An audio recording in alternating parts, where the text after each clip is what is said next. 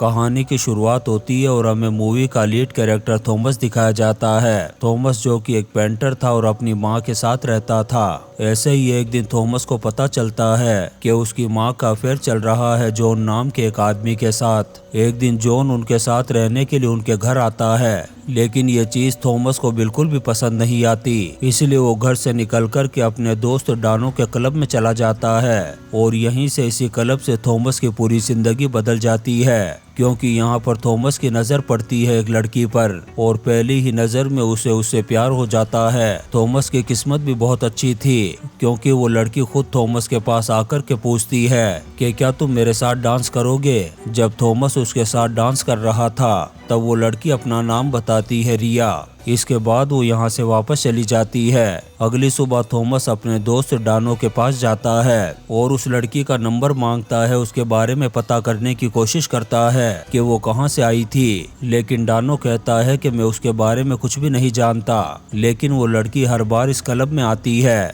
पर ना तो उसके पास कोई मोबाइल है और ना ही वो सोशल मीडिया साइट पर है। डानो को तो ये सारी बातें बहुत अजीब लग रही थी, लेकिन थॉमस को तो उससे प्यार हो गया था। उसे समझ में नहीं आ रहा था कि आखिर वो उस लड़की को कहाँ ढूंढे। फिर जब वो घर लौटता है तो उसे मिलता है सबसे बड़ा शौक, क्योंकि उसकी माँ थॉमस को ये बताती है कि अब से जॉन हमारे साथ ही रहेगा और तुम जॉन के फ्लैट में रहोगे जहाँ पर जॉन रेंट पे रहता था। ये सुनकर के थॉमस बहुत ज्यादा उदास हो जाता है, लेकिन फिर भी अपनी माँ की बात को मानकर के थॉमस वहाँ पर चला जाता है और अब वो जॉन के फ्लैट में रह रहा था। टॉम की लाइफ बहुत ज्यादा खराब थी, क्योंकि ना तो उसके पास पैसे थे और ना ही कोई जॉब। फिर एक रात डानो का कॉल आता है उसके पास। वो उसे बताता है कि रिया यहाँ पर आई हुई है, अगर तुम उससे मिलना चाहते हो, उसे देखना चाहते हो तो यहाँ पर आ जाओ। थॉमस फौरन पहुँच जाता है क्लब में, लेकिन जब वो देखता है कि रिया किसी दूसरे लड़के के साथ है तो उसका दिल टूट जाता है। उसे कुछ भी समझ में नहीं आता कि आखिर वो करे तो क्या करे।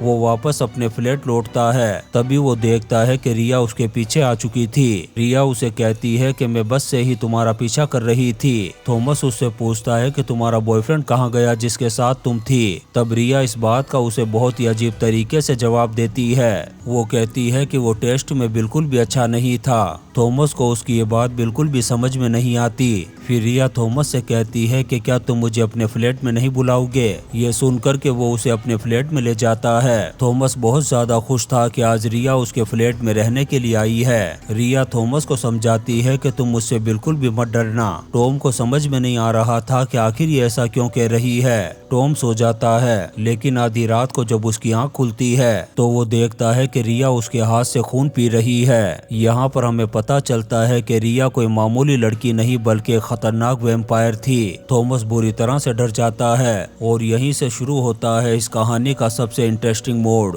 थॉमस डर कर के भाग जाता है बाथरूम के अंदर। रिया उसे समझाने की कोशिश करती है कि मुझसे मत डरो, लेकिन थॉमस को कुछ समझ में नहीं आ रहा था। रिया उसे कहती है कि तुम टेंशन मत करो, तुम्हारे घाव बहुत जल्द भर जाएंगे, तुम्हें पता तक नहीं चलेगा। लेकिन थॉमस बहुत ज्यादा डर रहा था। रिया उसे कहती है कि क्या तुम चाहते हो मैं यहाँ से चली जाऊँ? अगर तुम कहोगे तो मैं सच में यहाँ से चली जाऊंगी। थॉमस उसे जाने के लिए कहता है। तब रिया कहती है कि ठीक है मैं यहाँ से जा रही हूँ, लेकिन अपने घर का फोन नंबर यहाँ पर लिख कर के जा रही हूँ। अगर तुम्हें मुझे कॉल करना है तो तुम कर सकते हो। इसके बाद रिया चली जाती है यहाँ से। थॉमस को समझ में नहीं आ रहा था कि आखिर वो किस लड़की से मिला। उसे उस लड़की से प्यार हो गया जो एक वैम्पायर थी। रिया यहाँ से जा चुकी थी, लेकिन थॉमस की जिंदगी अभी भी नहीं सुधरी। ना उसके पास पैसे हैं, ना माँ और ना ही कोई काम धंधा। उसे रिया की बहुत ज्यादा याद आ रही थी, इसीलिए वो उस नंबर पर कॉल करता है। वहाँ पर एक औरत फोन उठाती है और उसे बताती है कि रिया अभी यहाँ पर नहीं है। फिर कुछ देर बाद थॉमस के फोन पर एक कॉल आता है और ये कॉल किसी और ने नहीं बल्कि रिया ने किया था। थॉमस उससे कहता है कि मैं तुम्हें मिस कर रहा था, मुझे तुम्हारी बहुत ज्यादा याद आ रही थी। रिया उसे कहती है कि क्या तुम चाहते हो कि मैं वापस तुम्हारे पास आ जाऊं? थॉमस कहता है कि हाँ। बस थॉमस के हाँ कहने की देरी थी कि रिया फौरन उसके दरवाजे के पास पहुंच जाती है। जैसे ही थॉमस रिया को देखता है उसकी पैंट गीली हो जाती है। वो रिया से पूछता है कि क्या तुम सच में एक वैम्पायर हो? तब वो कहती है कि हाँ। थॉमस कहता है कि क्या तुम मुझे मारना चाहती हो? तब रिया कहती है कि बिल्कुल भी नहीं, मैं तो बस तुम्हारा थोड़ा सा ब्लड पीना चाहती हूँ, और वो भी तुम्हारी परमिशन के बाद। अगर तुम मुझे परमिशन दोगे तभी मैं तुम्हारा ब्लड पीऊंगी, वरना नहीं। रिया फिर उसे कहती है कि अगर तुमने मुझे घर में इनवाइट नहीं किया तो मैं घर में नहीं आ सकूंगी। तब थॉमस उसे घर में इनवाइट करता है, क्योंकि थॉमस को तो रिया से प्यार हो गया था, इसलिए वो उसे अपना खून पीने देता है। अब रिया को उसका खून मिल जाता है और थॉमस को रिया का साथ। अगली सुबह रिया थॉमस से कहती है कि मैं तुम्हें ब्रेकफास्ट करवाऊंगी ताकि तुम्हारी बॉडी में फिर से खून बन सके। अगली सुबह रिया उसे लेकर के एक रेस्टोरेंट में जाती है। थॉमस बहुत ज्यादा खुश था, अब वो रिया से और भी ज्यादा प्यार करने लगा था। वो रिया से पूछता है कि आखिर तुम वैम्पायर कैसे बनी? तुमने मुझे काटा है, इसलिए कहीं मैं तो वैम्पायर नहीं बन जाऊंगा। तब रिया उसे समझाती है कि ऐसा कुछ भी नहीं होता, ये सब कुछ तो मूवी की बातें हैं। वैम्पायर को सिर्फ धूप से एलर्जी होती है, लेकिन वैम्पायर के काटने से सामने वाला वैम्पायर बन जाएगा। रियल लाइफ में ऐसा कुछ नहीं होता। थॉमस उससे पूछता है तो फिर आखिर तुम वैम्पायर कैसे बन गई? तब रिया बताती है कि जब तक तुम किसी का दिल निकाल कर के ना खा जाओ तब तक तुम वैम्पायर नहीं बन सकते। ये सुनकर के थॉमस बुरी तरह से डर जाता है। फिर थोड़ी देर बाद ये दोनों यहाँ से निकलते हैं। रिया थॉमस से कहती है कि मुझे वापस अपने घर जाना होगा। रिया यहाँ से चली जाती है, लेकिन काफी देर हो चुकी थी, रात भी बीत चुकी थी। रिया अभी तक लौट कर के वापस नहीं आई थी। थॉमस को रिया की बहुत ज्यादा याद आ रही थी, इसलिए वो उसे कॉल करता है। रिया कॉल उठाती है और थॉमस से कहती है कि मैं इस वक्त अपने बॉयफ्रेंड के साथ हूँ। थॉमस कहता है कि ये नया बॉयफ्रेंड कहाँ से आ गया? तब रिया कहती है कि मैं जिसके भी साथ हूँ वही मेरा बॉयफ्रेंड है। लेकिन थॉमस को रिया की बहुत ज्यादा याद आ रही थी। वो उसे कहता है कि क्या तुम मुझसे मिलने के लिए आ सकती हो? रिया मान जाती है और 1 सेकंड में ही उसके सामने आ जाती है। थॉमस रिया से कहता है कि मैं सारा दिन तुम्हारे बारे में ही सोचता रहता हूँ। रिया कहती है कि अगर तुम चाहते हो कि मैं हमेशा तुम्हारे साथ रहूं तो तुम्हें मेरी बात माननी होगी। इसके लिए तुम्हें हमेशा मेरे साथ ही रहना पड़ेगा, और जब भी मुझे भूख लगेगी तुम्हें मुझे अपना खून पिलाना पड़ेगा। और एक बात हमेशा याद रखना, फुल मून के दिन तुम मुझे छोड़ कर के नहीं जा सकते, क्योंकि उस दिन मेरा खुद पर काबू नहीं रहता, और उस वक्त अगर मुझे खून नहीं मिला तो मैं कुछ भी कर सकती हूँ। थॉमस रिया से बहुत ज्यादा प्यार करता था, इसलिए वो उसकी सारी शर्तों को मान लेता है। कुछ दिन तो रिया उसके साथ रहती है, उसका खून पीती है। थॉमस को भी अच्छा लगता है और रिया को भी। अब रिया को वापस उसी आदमी के पास जाना था। थॉमस उसे मना करता है कि तुम वहाँ पर नहीं जाओगी। रिया कहती है कि मैं उसी के साथ उसी के घर में रहती हूँ। थॉमस कहता है कि तुम यहाँ मेरे पास रहो। रिया कहती है कि तुम हैंडल नहीं कर पाओगे, लेकिन थॉमस तो रिया के साथ रहने के लिए किसी भी कीमत को चुकाने के लिए तैयार था। रिया कहती है कि ठीक है, तुम मेरे साथ मेरे घर चलो, वहाँ से मेरा सामान लेकर के हम यहाँ पर आ जाएंगे। अब ये दोनों जा रहे थे। रास्ते में रिया थॉमस से कहती है कि तुम मुझे घर की चाबी दे दो। अगर तुमने मुझे चाबी दे दी तो इसका मतलब ये होगा कि तुमने मुझे हमेशा के लिए इनवाइट कर दिया है। थॉमस रिया से पूछता है कि अगर कोई तुम्हें अपने घर में इनवाइट नहीं करेगा तो फिर क्या होगा? रिया कहती है कि तब मैं उसके घर के अंदर नहीं घुस सकूंगी, और अगर घुसी तो मुझे पैनिक अटैक आ जाएगा और मुझे कुछ भी हो सकता है। इसके बाद रिया और थॉमस उस आदमी के घर पहुंचते हैं, जहां पर थॉमस की मुलाकात होती है एंड्रयू नाम के उस आदमी से। वो देखता है कि एंड्रयू बहुत ज्यादा बीमार लग रहा है और बहुत ज्यादा थका हुआ भी। यहाँ पर एक औरत और भी है जो रिया के कहने पर एंड्रयू का ख्याल रख रही थी। थॉमस उस औरत से पूछता है कि एंड्रयू की उम्र कितनी है। तब वो औरत बताती है कि सिर्फ 32 साल की। यह सुनकर के थॉमस हैरान हो जाता है कि 32 साल की उम्र में यह आदमी इतना कमजोर और बूढ़ा कैसे लग रहा है। वो समझ जाता है कि रिया खून के साथ साथ लोगों की जिंदगी भी पीती है, और जो हाल इस आदमी का हुआ है अब वही मेरे साथ होगा। लेकिन थॉमस को इसकी कोई परवाह नहीं थी, उसे तो बस रिया के साथ रहना था।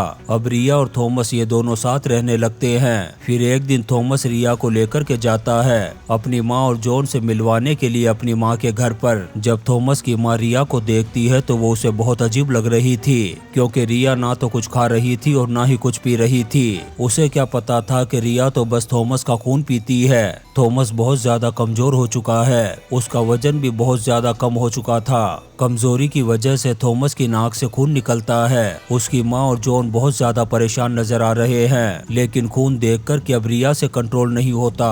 रिया उसके खून को पीना शुरू कर देती है। थॉमस की माँ रिया को ऐसा करते हुए देखती है। रिया भी समझ जाती है कि उसकी माँ को उस पर डाउट हो चुका है। वो घर से बाहर निकलती है और थॉमस से कहती है कि चलो यहाँ से। थॉमस की माँ अपने बेटे को जाने से रोक रही है, उसे समझाने की कोशिश कर रही है कि इस लड़की से दूर रहो। रिया भी उसे बुला रही है। थॉमस अपनी माँ की बात नहीं मानता और रिया के साथ यहाँ से चला जाता है। रिया बहुत ज्यादा गुस्से में है। वो थॉमस को समझाती है कि आज के बाद मेरी बात काटने की कोशिश मत करना।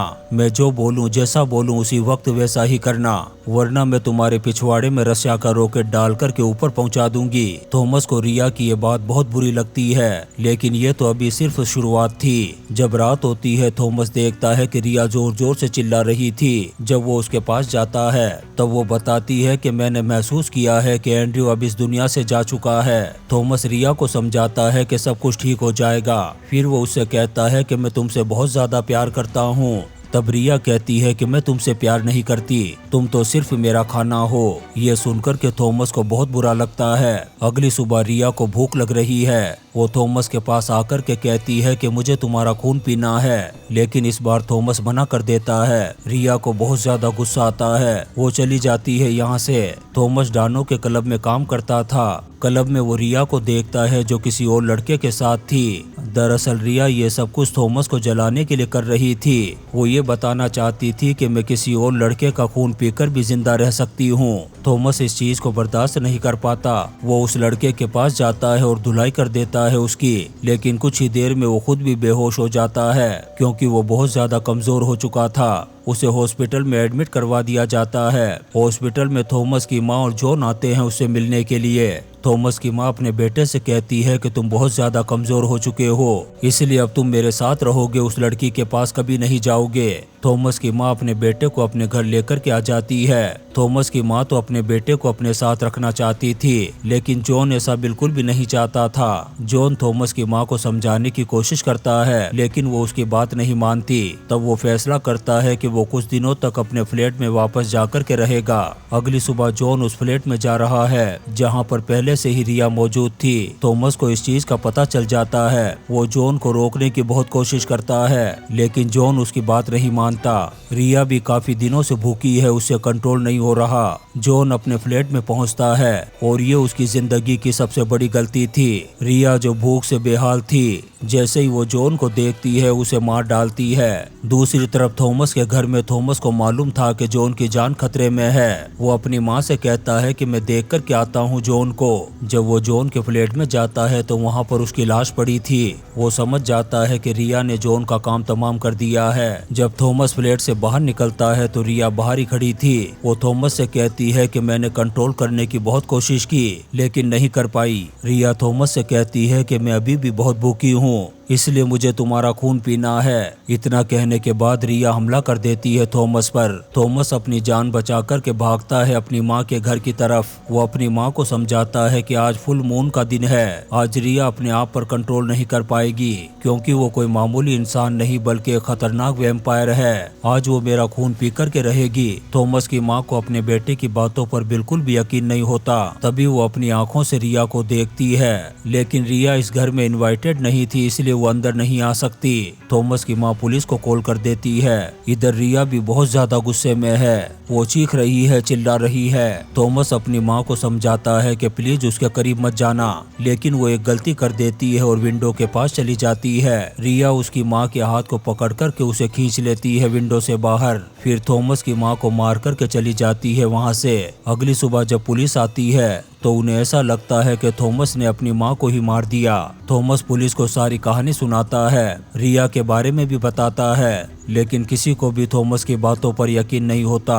सबको लग रहा था कि टॉम की हालत खराब है, उसे असाइलम में भर्ती करा दिया जाता है। असाइलम में पहुंचने के बाद भी थॉमस को बस रिया की ही याद आ रही थी। रिया अब उसके दिलो दिमाग में बस चुकी थी। वो बुरी तरह से तड़प रहा था, लेकिन अब धीरे धीरे रिकवर होने की कोशिश भी कर रहा है। एक दिन पुलिस उसके पास आती है और कहती है कि हमें कोई भी सबूत नहीं मिला कि तुमने अपनी माँ को मारा है, इसलिए तुम यहाँ से जा सकते हो। पुलिस पुलिस थॉमस को आज़ाद कर देती है। थॉमस अपने घर पहुंचता है जहां पर कोई भी नहीं था, क्योंकि अब उसकी माँ भी मर चुकी थी। उसे अभी भी रिया की याद आ रही थी। उसे कुछ भी समझ में नहीं आ रहा था कि आखिर वो क्या करे। वो फैसला करता है कि अब उसे भी इंसान नहीं रहना, उसे भी अब एक वैम्पायर बनना है। वो डिसाइड करता है कि वो रिया का दिल निकाल करके खाएगा और वैम्पायर बन जाएगा। वो जॉन के फ्लैट की तरफ जाता है। तभी हम पुलिस वालों को देखते हैं जो अब भी थॉमस का पीछा कर रहे थे।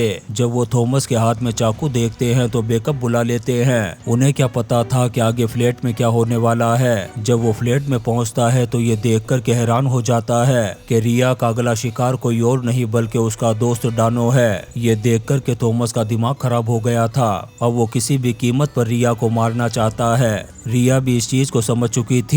वो थॉमस से कहती है कि प्लीज मुझे आजाद कर दो, अब मैं ये वैम्पायर की जिंदगी नहीं जीना चाहती, इसलिए प्लीज मुझे मार दो। लाइट ऑफ हो जाती है। पुलिस वाले भी एक एक करके फ्लैट के अंदर घुसते हैं। वो डानो को देखते हैं जो बहुत डरा हुआ था और रिया की लाश जमीन पर पड़ी थी और थॉमस रिया के दिल को निकाल करके नाश्ता कर रहा था। थॉमस वैम्पायर बन चुका था और वो वहाँ से निकल जाता है। पुलिस वालों को भी वैम्पायर की कहानी पर यकीन हो गया था और इसी सीन के साथ ये शानदार मूवी ट्रेंड खत्म हो जाती है। दोस्तों, हम आपके लिए ऐसी ही इंटरेस्टिंग मूवीज एक्सप्लेन करते रहेंगे, तो आप चैनल को सब्सक्राइब जरूर करें और लाइक और कमेंट्स भी करें। Thank you.